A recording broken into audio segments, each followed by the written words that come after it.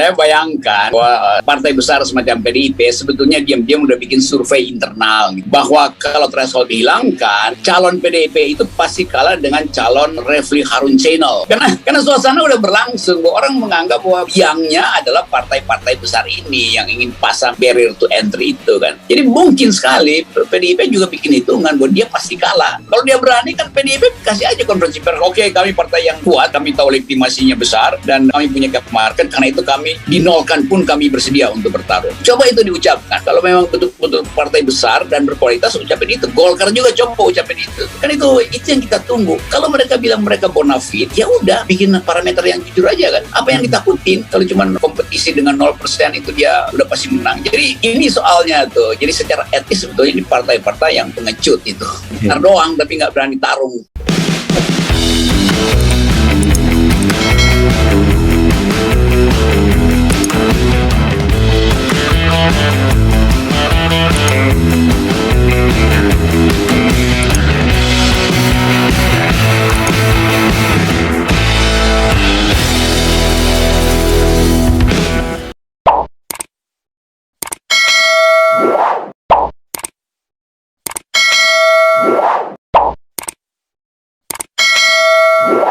Beberapa hari lalu saya secara lagi ngopi terus datang sekelompok anak muda milenials itu nanya ke saya, apa sih itu presidential threshold itu kan. Lalu saya terangkan dan mereka menganggap bahwa itu memang ide bagus karena kami ingin agar supaya tidak ada batas partisipasi politik. Jadi bayangkan anak-anak SMA ini juga akhirnya tahu kepentingan kita dengan presidential threshold itu untuk membatalkan itu. Itu adalah juga pikiran milenials. Itu saya kagum betul tuh. Bukan sekedar pakar hukum ternyata yang peduli isu ini. Isu ini udah masuk sampai ke taraf pembicaraan anak-anak milenials bahwa Indonesia gagal karena pakai presidential threshold. Bagi mereka, ngapain sih pakai presidential threshold? Mereka bilang begini, kalau kami, Bang Rocky, dia juga panggil saya Bang, anak-anak muda ini. Kalau kami mau bikin partai milenials, kami mau langsung ikut pemilihan presiden. Nggak perlu ditunggu lagi tahun depan.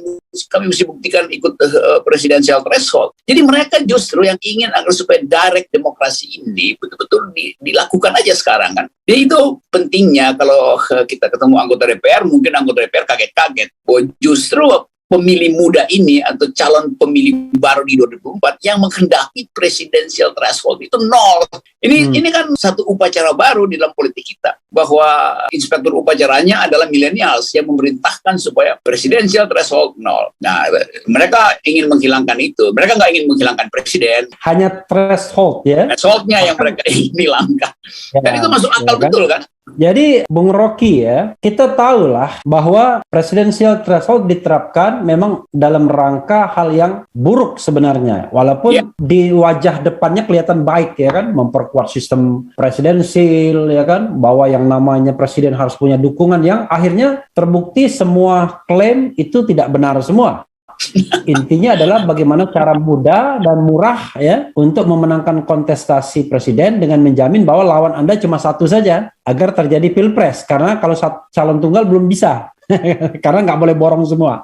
Nah sekarang di depan kita Bung Rocky ada DPR yang bisa mengubah itu, ada MK yang bisa mengubah itu, dan saya tidak menyebutkan yang ketiga karena yang ketiga bisa in, bisa ekstra nantinya. Tapi yang dua ini aja. Anda mau masuk jurusan yang mana? Dengan realisme, dengan realitas yang ada? Sebetulnya kita masih memberi benefit of the doubt bagi anggota DPR maupun Mahkamah Konstitusi untuk memperlihatkan bahwa mereka itu adalah promotor demokrasi itu. Kalau itu mereka lakukan, orang akan anggap bahwa Indonesia kendati ada di pintu kebangkrutan secara moral, secara demokrasi. Tapi kalau presidential threshold dihilangkan atas inisiatif DPR ya dengan segala macam cara, atau kemudian Mahkamah Konstitusi mengambil ide judicial activism dan menerima keterangan-keterangan yang pernah disodorkan, tapi kemudian ada novum, ada hal baru yang bisa kita ajukan. Jadi mestinya pembicaraan semacam ini juga didengar oleh Mahkamah Konstitusi. Karena kita akan tetap terus untuk mempersoalkan presidential threshold ini. Karena dia bukan sekedar soal teknis, dia adalah inti dari demokrasi dan inti dari sistem presidensialistik. Jadi Mahkamah Konstitusi harus memantau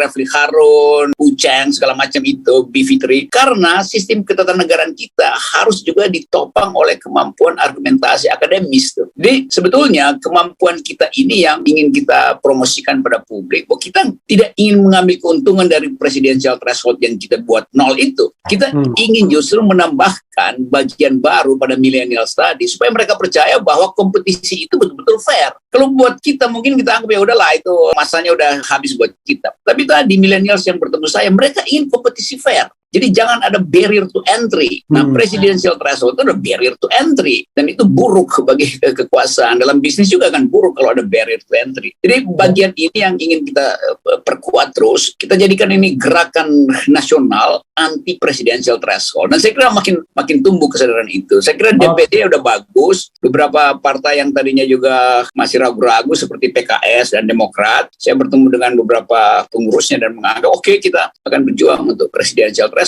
Jadi ini berita baik bukan buat kita, tapi buat demokrasi secara umum. Iya, artinya Sobat Era sekalian ya, bagi Refli Harun dan Rocky Gerung, kalau presidensial threshold-nya 0, itu paling untung secara rohani saja. Secara material enggak. Ya. Karena kita kemudian merasa paling tidak ikut berjasa dalam memperjuangkan demokrasi kita ya, demokrasi elektoral yang jauh lebih fair. Dan barangkali mudah-mudahan dari pintu sana yang 0% itu bisa muncul pemimpin-pemimpin yang kira-kira jauh lebih lebih baik mungkin ya. Ya, jauh lebih bermutu lah. Kan begitu banyak pemimpin di daerah, juga tokoh-tokoh akademis daerah yang ingin menguji kemampuan dia dibandingkan dengan tokoh-tokoh yang ada di baleho gitu kan. Karena kalau dinolkan itu begitu banyak potensi kita untuk compete. Saya mau jadi calon presiden, Refli Harun mau jadi calon presiden. Tetapi keinginan itu semacam angan-angan aja karena terantuk pada langit-langit kaca gitu.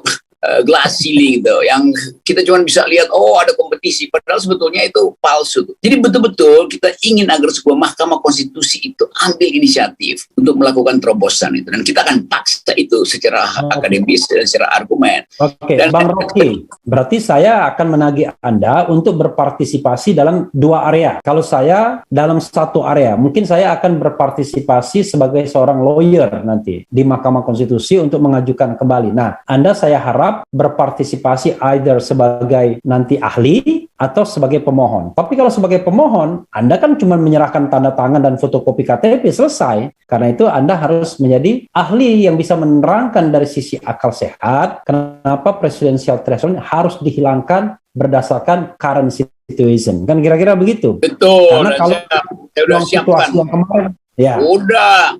Saya sudah siapkan PowerPoint, saya sudah siapkan grafik-grafik, referensi segala macam itu. Karena sebetulnya kita ingin bagian ini kita selesaikan tahun inilah, supaya nggak ada lagi semacam pekerjaan rumah untuk mereka, untuk elit di depan kan. Karena ini gangguan pencernaan politik kita diganggu oleh threshold ini itu.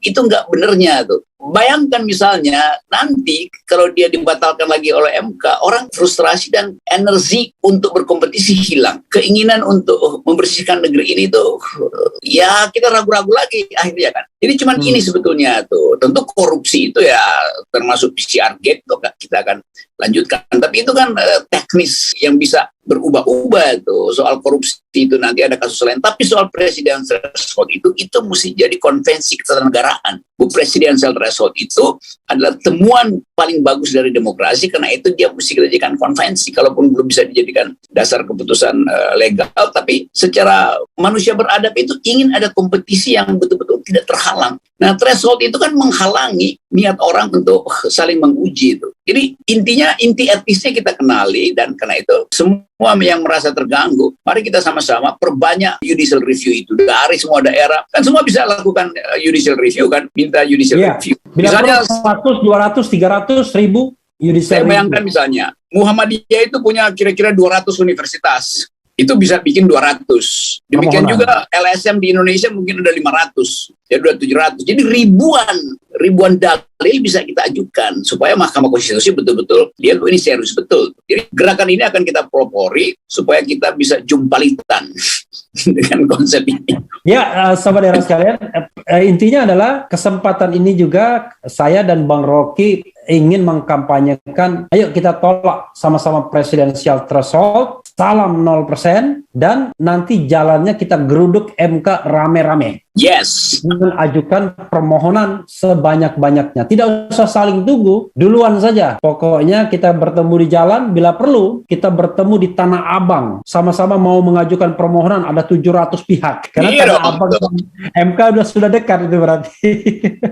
Tapi secara keseluruhan, percuma Pak Jokowi bilang, ya kenapa takut pada mural segala macam itu. Pak Jokowi sendiri nggak mau batalkan presidensial threshold kan. Dia nggak mau ngomong soal presidensial threshold. Padahal di situ intinya tuh. Jadi mestinya Pak Jokowi itu bicara soal-soal yang mendasar, soal presidensial threshold, bukan nyindir-nyindir soal mural segala macam. Itu nggak penting-penting amat. Itu besok juga bisa berubah. Lain kalau kita dengar Pak Jokowi tanpa teks dengan tatapan mata yang tajam bicara ke DPR agar supaya DPR ikut mendukung gerakan masyarakat yang dipimpin oleh Refli Harun untuk menghasilkan presidensial threshold 0. Nah itu baru bermutu. Gitu. Begitu. Kalau itu Bang Rocky tidak perlu ngomong ke DPR, bisa langsung keluarkan perpu dia. Cukup mengubah satu pasal itu, yaitu pasal 222 di Undang-Undang Nomor 7 Tahun 2017. Selesai itu barang. Jadi saya bicara tadi jurusan yang ketiga, perpu. Tapi kita akan berpikir bahwa jurusannya ke MK. Tapi kalau seandainya ini di take over oleh istana, oleh teman-teman kita yang sudah di istana, yang sudah hatam sekolah demokrasi di society-nya sesungguhnya, kalau mereka take over itu kan sebenarnya mereka jadi pahlawan sebenarnya. Ya, paling tidak kita kasih ide pada Pak Jokowi, bikin drama dulu kan. Ngomong di DPR, lalu di ujungnya bilang, kalaupun kalian tidak ingin, saya masih punya satu senjata, itu perpu. Kan begitu kan, supaya jadi headline. Jadi cara gara-gara dulu dengan DPR, supaya kelihatan Pak Jokowi betul-betul paham tentang lika-liku politik gitu. Baru di ujungnya, ancam DPR, bahwa saya presiden mampu memakai pamungkas, itu keluarkan perpu. Hal yang biasa dia keluarkan untuk hal-hal yang menguntungkan dia aja tuh. Kalau menguntungkan kompetitor dia, mungkin dia berpikir 2 kali kan.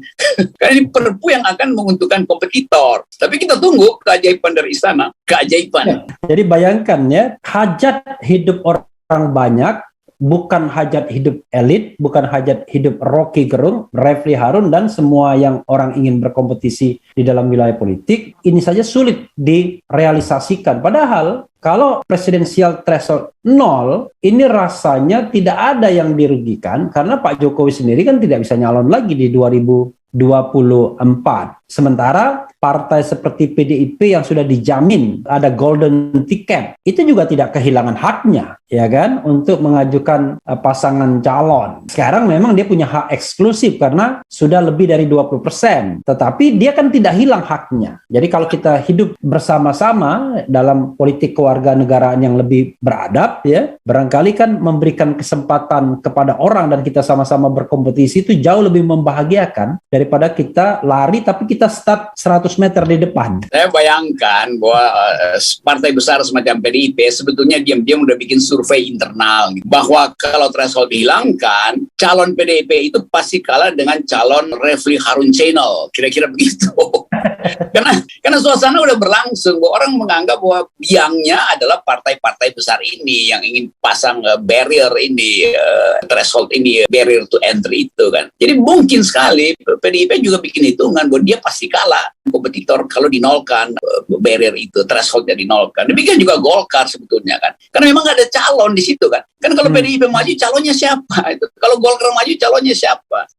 Partainya memang dapat surveinya di atas 10-15% itu, seolah-olah itu tiketnya tuh. Begitu ditaruh calonnya itu drop semua itu, calon-calon yang ada di baliho itu cuma 0,0 sekian persen semua itu pun udah di margin of error-nya udah dikasih ke mereka tuh.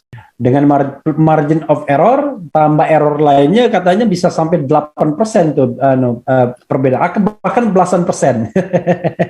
Saya pernah baca katanya sampai 18% kalau dihitung.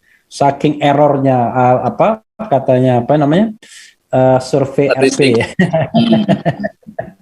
Polster Begitu RP dibilang. ketakutannya justru di situ tuh. Kalau dia berani kan ya PDIP kasih aja konferensi pers. Oke, kami partai yang kuat, kami tahu legitimasinya besar dan kami punya captive market, karena itu kami dinolkan pun kami bersedia untuk bertarung. Coba itu diucapkan. Kalau memang betul-betul partai besar dan berkualitas, ucapin itu. Golkar juga coba ucapin itu. Kan itu yang kita tunggu. Kalau mereka bilang mereka bonafide, ya udah bikin parameter yang jujur aja kan. Apa yang ditakutin? Kalau cuma kompetisi dengan 0% itu dia udah pasti menang. Jadi ini soalnya tuh. Jadi secara etis sebetulnya ini partai-partai yang pengecut itu. Okay. Doang tapi nggak berani tarung.